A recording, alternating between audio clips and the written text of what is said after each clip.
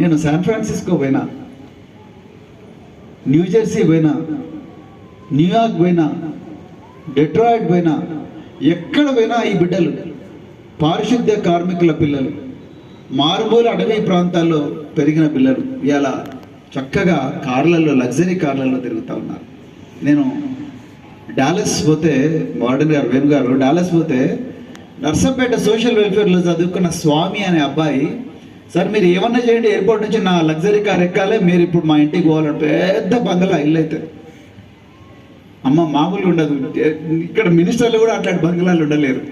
అక్కడ గోష్ కట్టుకున్న ముసలాం ఉన్నది, ఈమె ఎవరన్నా మా అమ్మ సార్ అన్నాడు. కూలి, చదువు రాదు, కానీ తల్లిని అమెరికాలో డాలస్లో పెట్టుకున్నాడు, మంచి ఇల్లు కట్టుకున్నాడు, అయితే 2 కార్లు. ఇల్లినోయికి పోయినాం, ఆ నగరం పేరు స్ప్రింగ్స్టన్ అనుకుంటా, బ్లూమింగ్టన్ పోయినాం. 2.5 గంటల ప్రయాణం లగ్జరీ కార్లో పోయినాం. పోతే ఫూల్ సింగ్ అని ఒక ఆయన ఉన్నాడు, ఆయన వడ్డీకి తీసుకుపోయిన 3 కార్లు ఉన్నాయి, పెద్ద బంగళ. మీరు ఎక్కడ చదువుకున్నారంటే నేను సోషల్ వెల్ఫేర్ రాష్ట్ర చదువుకున్నాను. అంతకుముందు ఏం చేసేవాళ్ళంటే పసులు కాసిన అని చెప్పి 8వ తరగతి వరకు పసులు కాసిన. సో కాదు, అప్పుడు ఎవరో పంపిస్తే 8 సంవత్సరాల వయసు వరకు పసులు కాసి అప్పుడు ఎవరో పంపిస్తే హాస్టల్కి పోయాడు.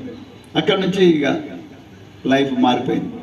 అంటే ఆ టైంలో మేము ఇవన్నీ చూసి ఇంకా ఈ పిల్లల్ని గొప్పగా చేయాలని అనిపించింది.